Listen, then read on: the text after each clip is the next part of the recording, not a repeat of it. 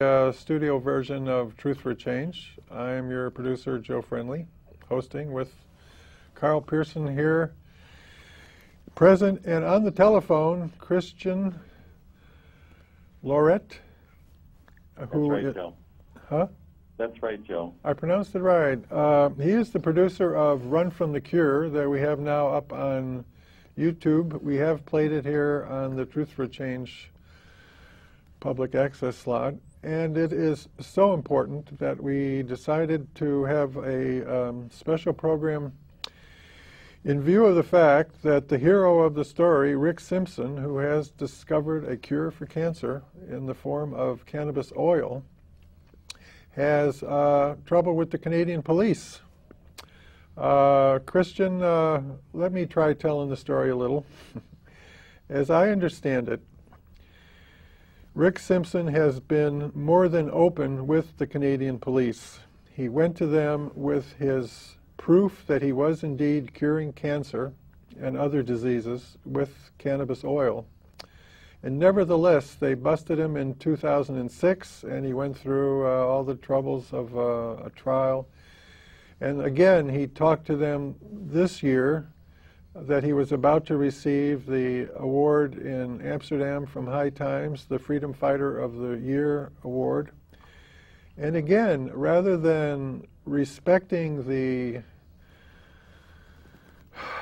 wonderful idea that there is indeed a cure for cancer, instead they went ahead and while he was in Amsterdam, they broke into his place. They ruined the door locks. They couldn't find any marijuana plants to take away, but they did take away computer stuff. They took away some junk that they had left last time, some plastic for whatever. You can take it from there, Christian. Or I guess the big thing for me is that has been cultivated for a long time the idea that the Royal Canadian Mounted Police were special people, that they were more like the Lone Ranger, that they had good hearts, good souls, and what we're hearing is the very opposite. Well, they got their man. No, I just am so disappointed with the Royal Canadian Mounted Police, and in particular, Christian, the local version, the Amherst, Nova Scotia, have a mission statement or a motto. Could you read that for us? Certainly. I'm actually on the Amherst Town Police website right now. The entire mission statement says, the Amherst Police Department, through its members, is committed to provide the citizens of Amherst the best police service within Nova Scotia and to ensure safety and quality of life. This is to be achieved through fiscal responsibility, proactive community-based efforts, bearing in mind current trends, and in all cases being ethical and professional and recognizing the rights of others. Wow. So to be ethical and professional in recognizing the rights of others, that when it comes to cannabis, there are other rights that are to be considered. There is the right to life, and if cannabis does enable people to live, then that is a right that has to be considered in addition to the literal language of the criminal law. What has been the success within Canada of people arguing that there's something wrong with the laws prohibiting possession and distribution of the hemp plant, Christian? Well, right now in Canada, it's a pretty insane situation. We have a number of years ago, I'd say probably within the last 8, 9, 10 years, there was a group from the previous government that we had here in Canada who went around surveying Canadians to find out whether they agreed or disagreed with the idea of a decriminalization of marijuana or cannabis hemp. And it was actually overwhelming that people did want this plant to be decriminalized. Too many people are being jailed, too much money is being wasted on jailing people who are using cannabis responsibly or for medicinal purposes, who may or may not have a life to grow or possess or cultivate. Now, we've got a government in right now, the Stephen Harper government, and his platform is to jail anyone who has any types of drug, regardless of the situation. He's basically taken away the ability for judges to decide on individual basis what's going to happen to people who are caught with marijuana. You know, one thing that did hurt to hear about was that in the 2006 proceedings in court with Rick Simpson, the judge refused to allow testimony of people who were helped by Rick Simpson's medicinal application of hemp oil. I guess Rick himself must have been awfully disappointed with the judge. Was there any clue that even the judge was uncomfortable making that kind of a ruling? Well, I'll tell you, Joe, when I was actually one of the patients who was waiting to testify. It was actually in 2007 that happened in September. The judge seemed extremely uncomfortable throughout the entire trial. I didn't actually get to see any of the trial before I was told I wasn't going to have an opportunity to testify for Rick. I was in a room off the other people who were testifying. Now, nobody actually got to testify. Rick was definitely disheartened by the whole ordeal. He said it was the biggest kangaroo court case he had ever heard of. You've seen some movies, I'm sure. There's lots of movies that take place that are very much about court corruption, very much about I don't know if you want to call it corruption. If it is corruption, it's definitely happening on a grand scale. If it's not corruption, I don't know what it is. I don't understand why somebody would give a direction to judges to ensure that people are not going to get healthy or be able to keep themselves well. Christian, may I offer either a question or an insight, and I'm not quite sure exactly what it is, but I'm a trial lawyer, and basically the reason that a judge would have excluded those witnesses if I had offered them in a trial is the fact that they are not professional people who have a discipline and an opinion that they can render. If you had people who are practitioners who could render professional opinions, the judge might have been more apt to accept their testimony.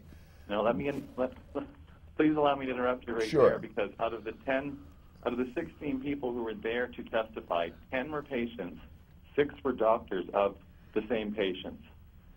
Nobody was allowed to testify. Were they medical doctors? Yes, they were. They should have been allowed to testify. Well, hold on. Let me interrupt here, if I may. I think what we have here is just the simple-minded notion of relevance, that the judge just wanted to know, was there in fact possession? That's all he wanted to know. And the idea that that you can do some good with the marijuana, that comes in first in challenging the law itself. And in order to challenge the law itself, that is a different proceeding than the trial. That ordinarily comes either before the trial, or you can interrupt the trial and say, let's put the law itself on trial. But unfortunately, the way our legal system is set up, in order to challenge the law, that is a different procedure. I agree. I agree. I mean, what would have happened, I could see, is that was it a criminal matter? It was a charge of cultivation, trafficking. Okay, and, so the defense would have been that there is a legitimate purpose to this, and therefore the statute is unconstitutional or should not be applied, and then the prosecutor would make a motion to dismiss that defense on the grounds that it's not one that's recognized in law. And if a judge granted that, then the evidence that you offered would not be relevant. You would have to go to a law lord or somebody higher, a higher court, or then a law lord. Do you have law lords there? Senators, not senators, parliament. I met a law lord in Canada when I won a big case in New York. I went to a big celebration in Canada, and a law lord was there who was a parliamentary figure who was in effect your constitution, from what I gathered, that whatever he states the law is, that's it, and there is no constitution. Is that correct in Canada? That sounds about right. Yeah, that's amazing. One person is their constitution up there. I call a law lord. Now, the fact that the judge was uncomfortable, did that get reflected in his being lenient with ultimately his determination of the sentence? Well, it goes back a little farther than the actual trial. The same judge, Rick had appeared before this judge.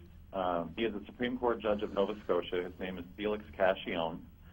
He was the judge in a charter challenge, the Canadian Charter of Rights challenge that Rick tried to take the Canadian Charter of Rights into the Supreme Court and basically say you are violating our right to life, you're violating our freedom to choose.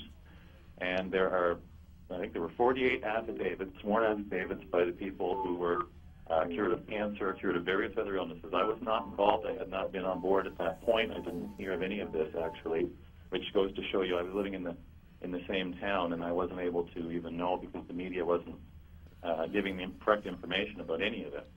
So I was completely in the dark when I met Rick. What he told me about the charter challenge is that the judge basically took exactly what Carl said, dismissed all the affidavits as anecdotal, said that the people that say that they were cured didn't have the medical expertise to make that kind of determination on their own. So the charter challenge was basically thrown out. This was after, I think, the first charge that Rick had in 2005. So when we get back to the trial, the same judge is on the case, and yes, he was very uncomfortable about the whole situation. Of course, Rick was saying some things to him that I never heard anybody say to a judge before, and I'll reiterate one of the things he said was, if you don't do the right thing in this situation, you might be the one who goes to jail. Ah, good for him. Yeah, and then there were several outbursts like that. Rick wasn't being hot-tempered, but he was giving them exactly what was making them more and more nervous. Of course, there was a jury sitting there. There were some people in the courtroom, news media. I guess in the end, what ended up happening was the jury had heard the entire story. We were going through, or Rick was going through, rather, the motions of trying to explain what had gone on. He didn't make any effort to hide what he did, not while he was doing it or during the proceedings of the court. He said, point blank, I have done this. Every time they asked him, did you grow marijuana? Did you cultivate the marijuana? Did you make hemp oil and give it away? He said, yes, I did. I haven't disputed any of that. What he wanted to do was have a trial to basically explain, this is for the greater good. This isn't for me. This wasn't to make a profit. And I guess every time he tried to make those statements, he got cut off, wasn't allowed to really to say them at all. Oy, to coin a phrase. That is a similar kind of thing we would expect, Carl, in the U.S. courts? Well, yes, absolutely. In California, they're trying to change that, and the feds have now said leave those people alone. Ever since Obama got in America, the feds are told to lay off when there's a state law permitting medicinal use of hemp. Have you heard that the whole country of Mexico, as of August, has made possession of marijuana and LSD for personal use not criminal? Really? So good for Mexico, and California is considering it. Yeah. I heard Illinois was considering, was it personal possession of marijuana or was it medical marijuana? I haven't heard. I think Illinois was going in the direction of medical marijuana. But what is appropriate, incidentally, I guess you've heard this, but it does bear repetition, that the founding of America was based on marijuana. That not only was hemp used on the sails of the ship that Columbus sailed and the rope that was used on the ship, but James Madison has said in his literature that if it wasn't for marijuana, he wouldn't have gotten so excited about the very idea of democracy. And both Jefferson and Washington smoked hemp and they wrote about it. They exchanged smoking materials.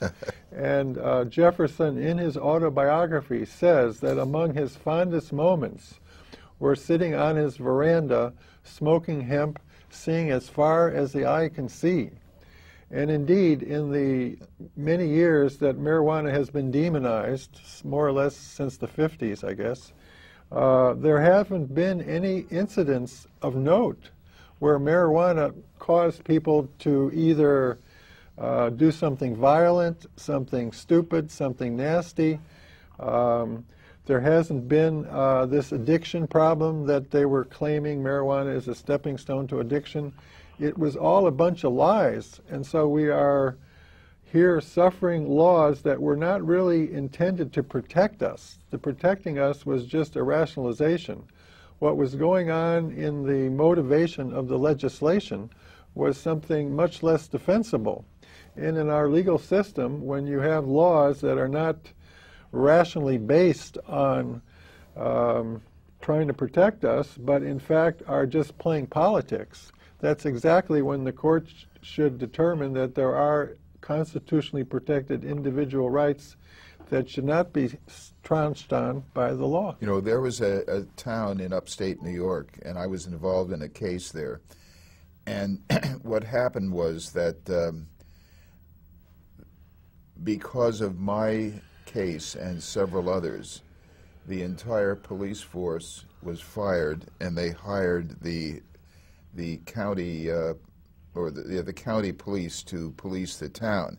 But what happened was that the town was enforcing the laws prohibiting smoking of marijuana, and they were using sentences of 150 hours of labor in the hospital, cleaning the police station, the fire station. It was all slave labor, and the town financed itself by having kids getting caught smoking marijuana.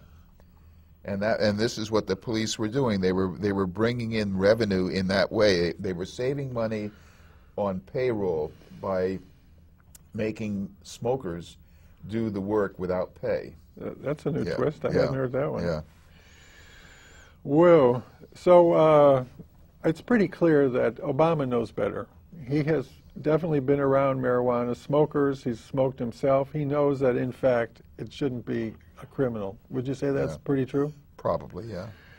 But it seems like Obama is quite capable of knowing what is the right thing to do and doing something else. So we can't count on him. At some point, we can count on the courts, maybe, to do the right thing. If there's no, you can't. No? They don't, because the courts reflect the people that put them there. The tenor of the times, or yeah, not? I think they're picked for their ideology, and they go ahead and they feel like what they're doing is correct. But they're appointed, and in the Supreme Court, Bush has had quite a bit of appointments. Bush too, had quite a bit of appointments. That's going to last for 20 or 30 years.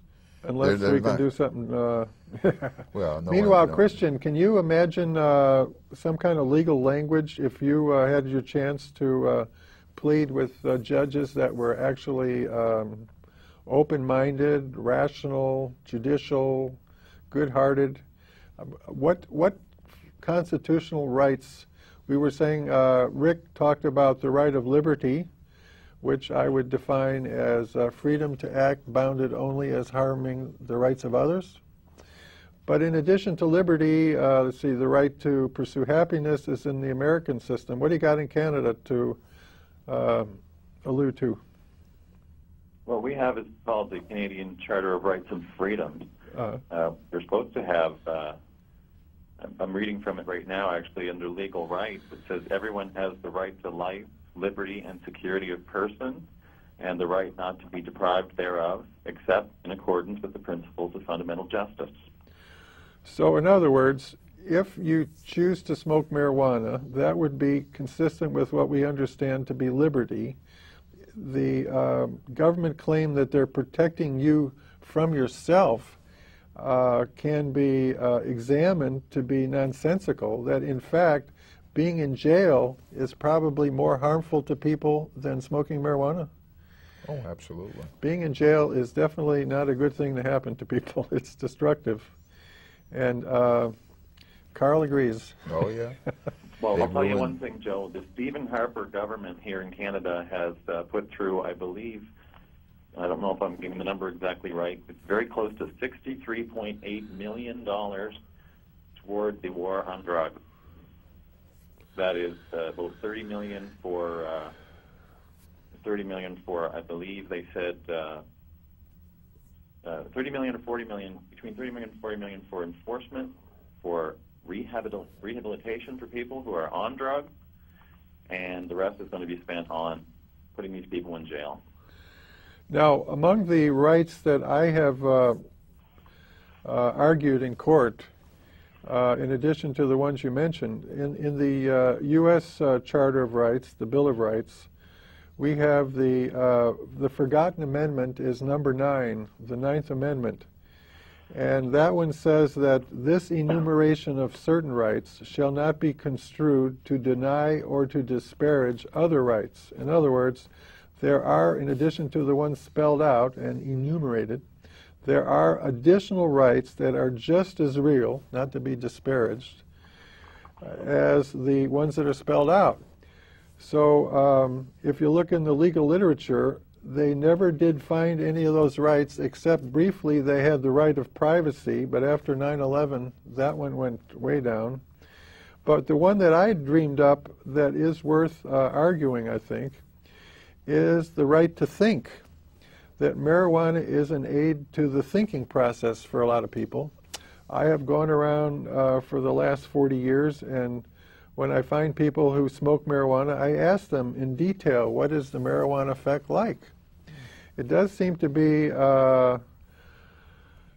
something dependent on individual's birthday, and that's a long story. But in general, the people born in the spring tend to be the most emphatic that marijuana helps them. But that's just a generalization that has plenty of exceptions. The official government description of the marijuana effect is that it enhances synaptic connections, which is to say it makes the nervous system work better. Or to put it another way, consciousness is the limitation of what the the controlling network allows to pass into your cortex. It is a very selective, I can't think of that word, a turning off of most of the stuff, of most of your senses. Screening or filtering? Yeah, it's a filter that turns off the upflow of signals to the cortex, except for a very small number of pathways. And what marijuana does is broaden that, so it makes a little more happen, and the brain can put together bigger pictures. And I think that's why they call it expanding consciousness. Consciousness is this, again, this limitation of the total field, and with marijuana it's bigger, and we can ordinarily integrate that. We can think about it and deal with the extra stuff that's turned on. Wow, I didn't put that very well, but what can you do? You put it well. Could you ask Christian while he's on the line, or interact with him on the fact that Rick says it's too valuable a medicine to smoke? Wow, that's a good point. She's raising Paula. Christian, that Paula's raising. That we've only been talking about smoking it, and the further along we've been is that recipe for brownies. But indeed, I think we should get deep into Rick's discovery, really, and that is, I was interested in, first of all, your listing the different types of diseases that Rick has treated. Number one, of course, is cancer. That at this point in human development, we do not have a cure for cancer that we're aware of, except cannabis oil. That the current types of treatment we have are basically not much more advanced than the medieval blood-sucking and all the other crazy treatments that chemotherapy, radiation therapy are extremely destructive upon the body. And here we have cannabis oil that does the job. Take it there, Christian. Well, that's a good point that you're bringing up. I mean, when you talk about marijuana and you talk about cannabis being benign, certainly I have to agree that marijuana is one of the most benign medications that we know of. Now, you mentioned people focus on the smoking of marijuana. Well, just as a for instance, we have what's called the Medical Marijuana Access Program here in Canada. And under that program, if you get a license to possess marijuana, this is something you have to go through Health Canada with certain forms signed by your doctor. The doctors are very nervous to sign these forms to begin with because it puts them in a position where they're going to be questioned, I suppose, by the government, and puts them in a line of scrutiny. But under that program, even if you are allowed to possess cannabis, hemp, you are never allowed to have enough to make hemp oil, something that would actually improve your condition rather than just sustain a level of comfort, which I think is what people that smoke marijuana for medicinal purposes are maintaining a level of comfort with their smoking, but they're not actually getting enough of the medicine that comes off of the plant, which a lot of people call just THC, but like I say before, the cannabinoids on the plant, THC is one of them. There's over 60 different compounds of this cannabinoid medicine that grows on the plant, and people just can't possibly get the levels from smoking because they're basically combusting the material. They're burning most of it. Now, some of it does become inhaled with the smoke, but even people that use vaporization must not realize that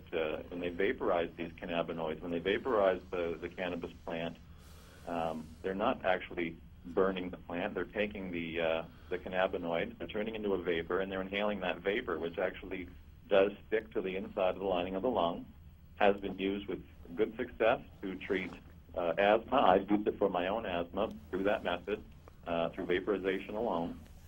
In fact, if I'm ever in a situation where I have a cold or a flu and it gets to the point where it just settles in the lungs, that's when I start to feel that I have, I'm developing that symptom again, that full chest. I think a lot of people who have breathing problems will experience that. This hemp oil, when it is vaporized, you heat it. I heat mine in a stainless steel can. What happens is the vapor bubbles off of the oil. You inhale it. It sticks, I guess, to the inside of the lung. It starts to work its magic, and within 2 or 3 applications, you're breathing fine again. That's wonderful, and it's a lot better treatment than anything else I've heard. But go through the list of some of the things that can cure. Like one thing that I was extremely excited about last night, actually, was a cure for mad cow disease that I have had on this program. Dr. Michael Greger, who is an expert on mad cow disease. The human form is called Crutchfield-Jacobs disease. But basically, according to Michael Greger, it is an incurable disease. There is no cure for it. And once you have mad cow in meat, even boiling it at 212 degrees does not kill the bug. And there is, it's like a hopeless situation. And boing, all of a sudden comes the quite real possibility that cannabis oil is even a cure for this disease. I guess you've heard that too, huh, Christian?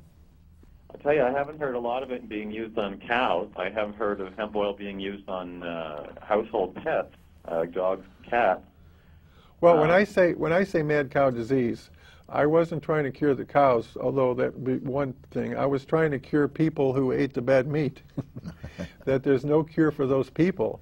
And here is the cure. The symptoms of mad cow disease, once you get it, are that parts of your brain start to erode, that they become empty spaces where there had been nervous tissue. Jesus. And it happens like 12 years after you've eaten the bad meat. That's when your brain starts to fall apart. It is similar to Alzheimer's disease.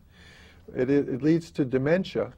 And there is no cure. Hello, here it comes. The same stuff that George Washington and Thomas Jefferson had. And not only that, I guess you heard this story, that the entire United States economy during the 13-colony period was deeply dependent on hemp production to sustain our economy.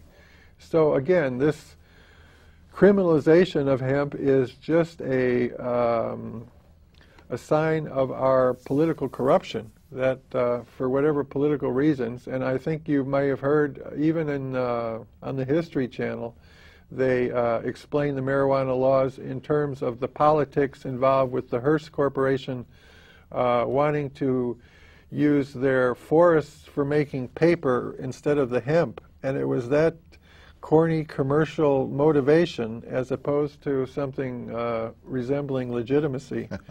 I'm curious if Christian agrees with that, the Hearst thing. Christian? Have you heard about that? I haven't heard much about that specifically, no. Well, what happened was there were some legislators who said marijuana would be a good thing, and they bought those guys off, and they changed their mind. And this was all presented on the History Channel's version of why marijuana is illegal. So at least we got that far, that there was on public television, or whatever you call our mess.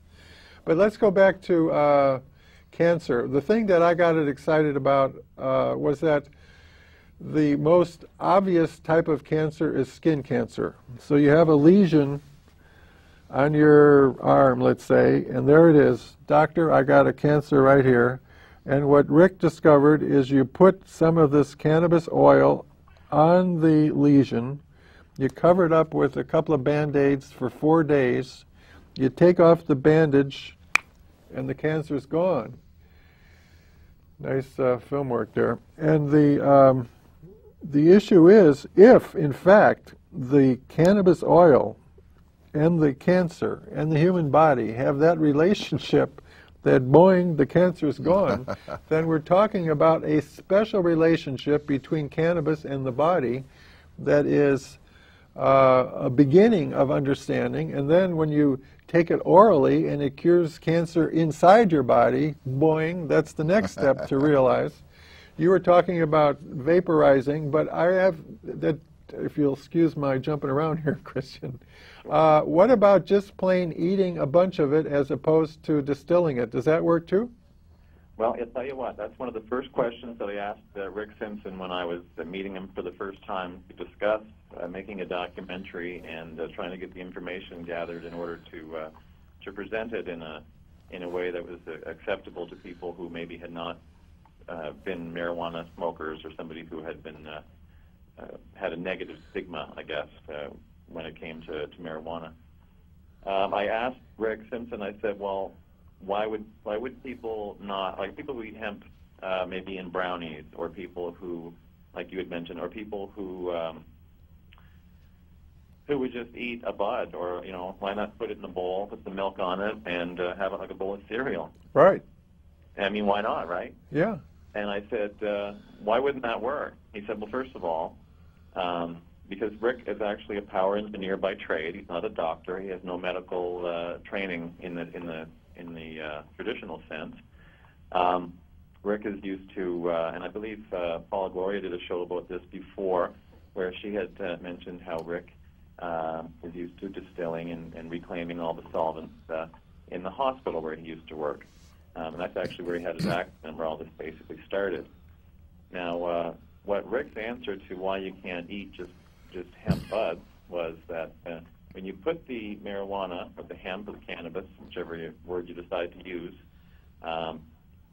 through the process that Rick uses, it's actually shown on Run from the Cure. We show how how to make your own if that's the road you decide to go down. Putting it through a heating process, it never reach, I believe Rick says it should never go over a certain temperature. Right. Now, I think it was 140 having never degrees. Made it myself, I don't know exactly what that temperature is. It does say it on Run from the Cure. I don't remember it specifically right now. I don't want to say the wrong thing. But having the oil heated to a certain temperature while it's being processed actually goes through a process called carboxylation. And what it apparently does, it takes, sometimes THC is known as a delta 9. I don't know the exact ins and outs of it. Rick is very well versed in this. Yeah. What it does is it takes the delta 8 and the lower, less mature medicine that's on the plant, and it helps it to raise to a temperature that helps the oil to come to a maturity where all these different cannabinoids are basically made more potent. So there's an actual activation by this process that he discovered. Correct. I see. That helps. And is there some destruction in the digestive process if you just eat the bud? Or we don't know? I really wouldn't know. I know some people who have claimed that they eat marijuana as one of their main sources of food. I met a gentleman from California not too long ago who said that he eats cannabis. Occasionally he'll have some food that's not cannabis, but he basically sustains himself on cannabis. And I'm telling you, this man was looking pretty good. He was looking very, very healthy. He had very, very good muscle tone. He had a healthy skin tone, and didn't seem to be suffering from any effects of all. In fact, what I'm hearing about cannabis hemp, not only from media sources who are pro-cannabis, is Dr. Bob Melamede out of he's a professor of biology at University of Colorado out of Colorado Springs. He teaches a program on the endocannabinoid system, actually how cannabis works with our internal systems that actually regulate every system in our body. So it makes sense that if you're going to eat cannabis or eat hemp derivative, you're going to become healthy just by virtue of the fact that you're ingesting it. You know, I don't know about the smoking, but as far as ingesting it, it seems to be a healthy thing to take all the way around. Now, I've gone to some talks where they had professors talk along those lines, like the Colorado professor, and they do say that throughout the human nervous system there are cannabinoid receptors. They're named that by the researchers. They say that the body may be producing some of this chemical that these cannabinoid receptors respond to, but they've never, to my knowledge, pointed out when and what and how the body produces its own. So basically, the cannabinoid receptors are there. We have evolved to respond to externally introduced cannabinoids. Is that your understanding too? Yes. Actually, there's a chemical that I know that our brains produce. I really hate to mispronounce this. I think it's called anandamide.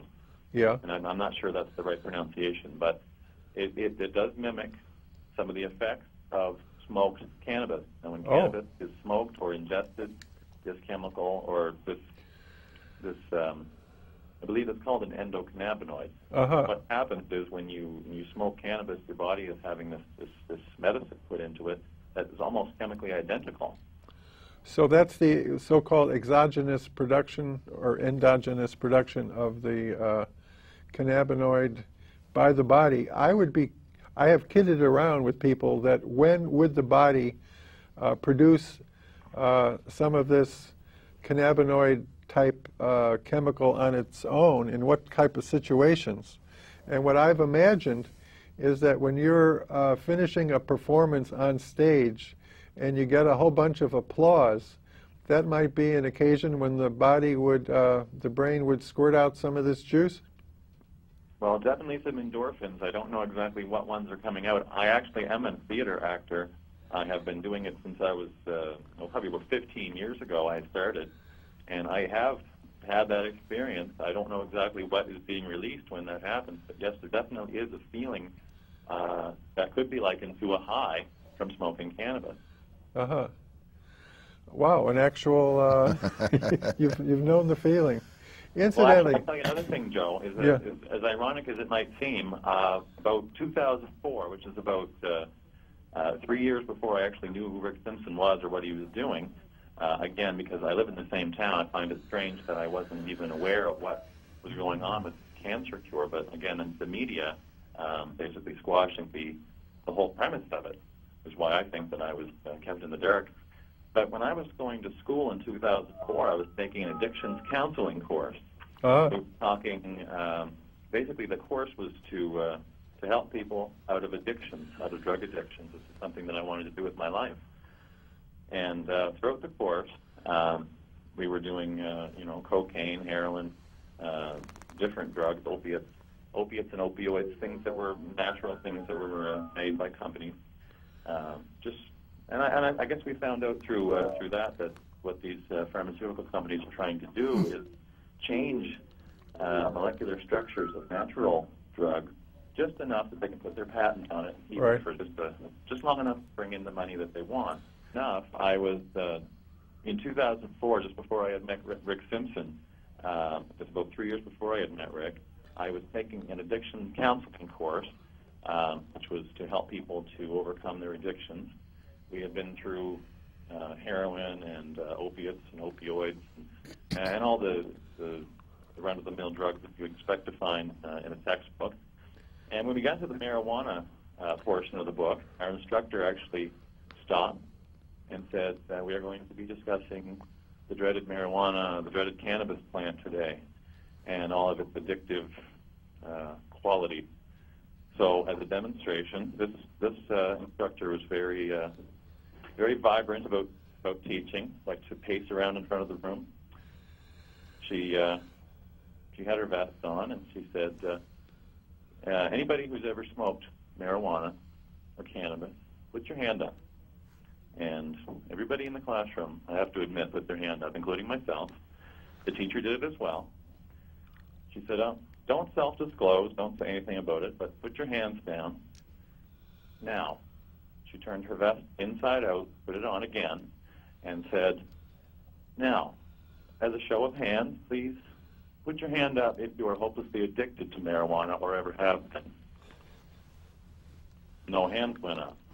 That's when she said, close the book, we'll move on to the next chapter.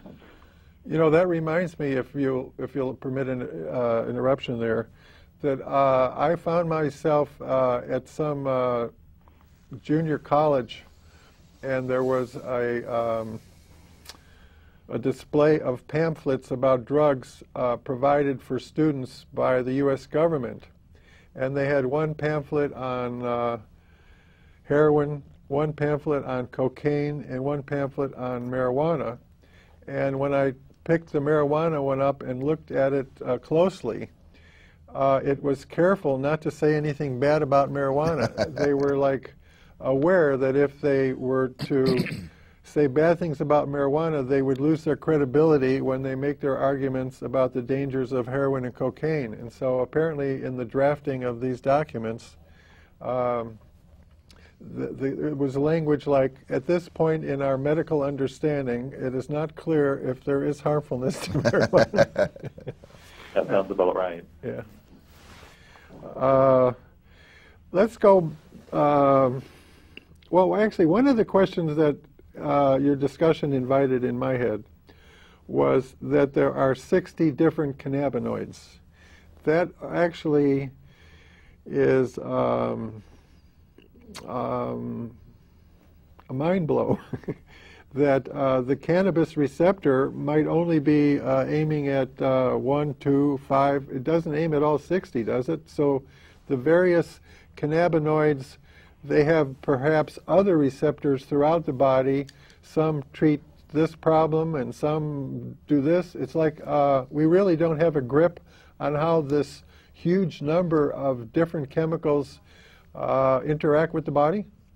Well, that's being studied right now. Actually, this would be an excellent question to ask that Colorado Bob guy. Malamud. Yeah.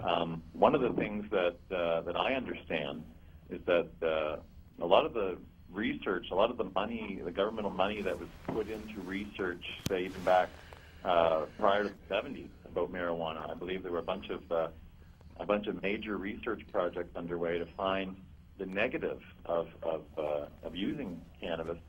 And when the studies came back positive, the money disappeared, and a lot of these studies actually did too. From what I understand, from what people have been studying lately, I know that if you go to www.stephgroup.org. Will you say that one more time? What was it, groups? Pardon me? I didn't get the word. What groups? It's called the Seth Group, S-E-T-H. It's Scientists Exploring Truth in Healing. Oh, okay. And basically what is on that site is some time-lapse photography of, under a microscope, under an electron microscope, I believe, of brain cells actually being killed by delta-9 THC. And you can actually watch this. It's about a 25-second clip. Uh-huh. And this particular group, I wish I could remember the name of the doctor who is directly involved with the study. I think it's McAllister.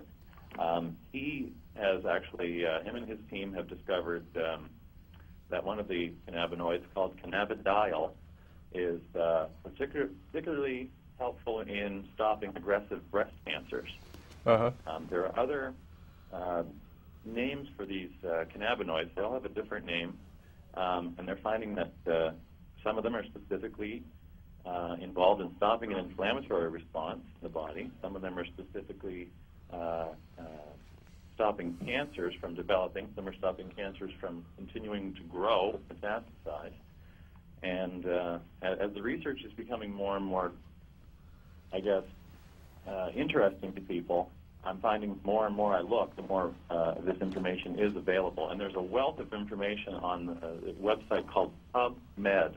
I believe it's the National Institute of Health. It's a website called PubMed.org. And you just put in cannabis or cannabinoids and cancer and just watch what comes up. Uh-huh. You know, on the screen, while you were talking, Paula Gloria in the control room put some of Run from the Cure up there. We haven't shown much. But basically, I can make it simple. What you show, what you propose for people who want to try the cure, you take a pound of good quality marijuana, you add a solvent. I think the safest one at this point would be isopropyl alcohol. And it takes, what would you say, a couple of gallons? No. What you need is bone-dry hemp, really good quality bone-dry hemp. You need about a pound of that. Now, when you say bone-dry, in other words, it shouldn't be fresh and moist. If it's fresh and moist, you won't have the pound, because if you dried a pound of wet marijuana, you would have very much less than a pound. Ah, I see. Okay, and the pound isn't even necessarily the deciding factor. If the marijuana is not of good quality, there's not going to be a lot of cannabinoids on it, and there's not going to be a lot of powder falling off of the marijuana plants. There's not going to be a lot of the medicine on it to start with. That's why people who generally make this kind of oil, they call it hash oil. I think that most people, these people that I've talked to, people that I've encountered through making the documentary and through emails for feedback from the documentary, is that people make this hash oil out of marijuana leaves. They make it with the leftovers, if you will, from what they wanted to smoke. Yeah. Rather than throw the leaves out, you can basically wash the medicine that's off of the leaves and at least get some benefit out of it. So when you put the solvent, and I guess people are using all kinds of different things, and I would like to warn people not to use hemp fuels as a solvent because they do have rust inhibitors in them. You don't want to be putting that in your medicine, that's for sure. Isopropyl alcohol is what we have been using cases where we don't have naphtha, but naphtha is the solvent that Rick has been using, although he does recommend ether, if you can get it, a lot more expensive, but a white gas. You don't need gallons of it. What you need is just enough to cover the plant material. If you were to pour yourself a bowl of cereal, for instance, you want to just put enough milk on there to dampen that cereal and get that that solvent covering all of it. So again, if you use cooking, what was the one that naphtha is cooking? Naphtha is a white gas. It's a camp fuel. But yeah, camp fuel comes, if you buy a can of it in the store, that's no good because it has rust inhibitors. Correct. So you don't use that. And people Rick was buying large drums of it from an oil company. Right, but that costs big bucks. It does. Over $500, I believe, for the so drum. what Paula had on the screen was that as you add the solvent to the pound of marijuana, then you use some kind of a tool, a stick or whatever, to break it apart so that there is the maximum interaction of the solvent with the plant material. And I was surprised that Rick is talking about pretty quick, like just about 3 minutes worth is all? Well, what you're trying to do is knock off the medicine into the solvent. Now, when Rick's doing it in the video, it almost looks as if he's trying to make butter. And what that is doing, that action that he's doing with that stick, is that he's trying to knock all the THC off of that plant material. Can you throw that on the screen? He calls that a wash. That process is called a wash. He'll usually do 1 or 2 or 3 washes, depending on how much medicine is actually falling off of that plant. Oh, and he can tell by the color? You can tell by the color. Usually when you put this stuff through the solvent, it comes out green. You're getting the medicine. You're getting the THC, the cannabinoid, the cancer medicine. You're also getting some chlorophyll, and that will make and some plant waxes. You'll get a darker color. It almost looks like gasoline when you're done. After that's done, what you do is you pour the solvent off of the plant. Rick usually does the 2nd or 3rd wash, as I said. And, of course, you have to be very careful with this because there's fumes coming off of this the entire time, especially when you're adding heat to it. So no open flames. We do recommend people do it in the backyard if they can, or at least in a well-ventilated area. That's one reason why I was pointing toward isopropyl alcohol. That seems like among the safest ways to go. Well, I wouldn't take chances with it, Joe, and I'll tell you the reason. That's inflammable too. The reason is if you just took a little tiny bit of isopropyl alcohol and put it in, I'm talking a cap full of it, off of a small isopropyl alcohol bottle, just put a tiny bit into a wine glass and try to hold a flame over it, and you watch that explosion. It's not something you want to be playing with. Rick Simpson actually was in his basement one of the first times he was doing this. He was making hemp oil for some patients. He was making some for himself, head injury, and he actually spilled some of the solvent, some of the hemp oil onto a coil burner that was red hot, which is why we say in the video, don't use the red hot element. Rick's basement actually blew up, which is when he realized that doing this in an enclosed space is a very, very bad idea. He had 3rd-degree burns on his hands. His girlfriend actually had to remove the skin that was hanging from his hands with scissors. He went to the hospital. He had it all bandaged up. His doctor was very concerned that his hand wasn't going to heal properly. And he went home with bandages on. He continued to make hemp oil, spilled the solvent all over his bandages that had the hemp medicine in it. And I believe he said 2 to 3 weeks later he went back and those burns were completely gone. I got it. I missed that part. So the cannabis even treated the burn. It treated the burns, yeah. Wow. His hands, you can't tell. He had one hand that was really, really bad, but when you look at his hands, I could get pictures of it when I see him again. And I hope that will be sooner than later. You cannot tell that Rick Simpson had burned hands. His doctor grabbed his hands, he says, and just looked at both sides and said, how are your hands healed? You had 3rd-degree burns on your hands. So this is just one more example of the special relationship of cannabis in the body, is that this hasn't been pointed out to people in the burn units at hospitals, but it should be. Incidentally, if you'll excuse the way I jump around on tangents here, Certainly. when you were saying that the Canadian laws, even if you manage to get a license, are too strict in the amounts, so they don't really allow enough quantity to do something useful like we're talking about. Now, has there been effort to go to the people responsible for making these laws and saying, hey guys, we got something good here? How many minutes? 2. What happens? Oh, incidentally, that reminds me, while we still got the 2 minutes, Rick went to the Cancer Society of Canada. Did he go to the U.S. one too, and they just didn't want to hear it? They've contacted actually a number of organizations, the Canadian Cancer Society, the American Cancer Society. We've gone to 2 Canadian Ministers of Health. There was the David Suzuki Foundation, the New Democratic Party of Canada, the Fifth Estate, which is a TV show we have here in Canada, and W5. The United Nations was actually contacted too, but nobody seems to be actually interested in doing something about this. One of the reasons I think that is happening is because a lot of people are saying Rick Simpson is not a doctor. People don't want to get this cure from a power engineer. They want a doctor to bring it out. Well, on that note, let me just say to the Truth for Change viewers that to learn more, on the internet you can see Run from the Cure at Google Video. It's also, you can go... It's also at www.phoenixtearsmovie.com. Phoenix Tears is your website, Rick's website, I believe. It's also on your site, Joe.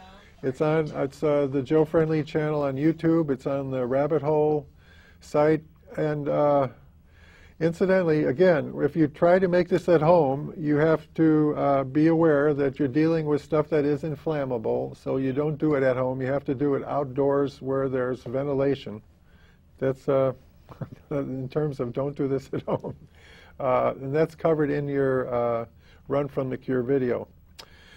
And Rick Simpson is now living in exile because the Royal Canadian Police gave him a hard time while he was receiving his award in Amsterdam. They raided his property again.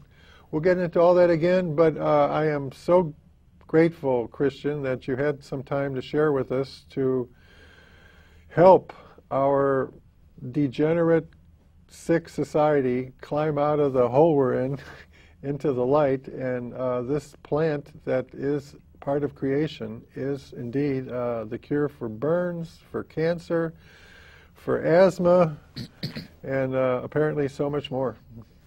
Thanks for having me, Joe. Okay. Thanks for hanging along, Carl. You're quite welcome. Very interesting.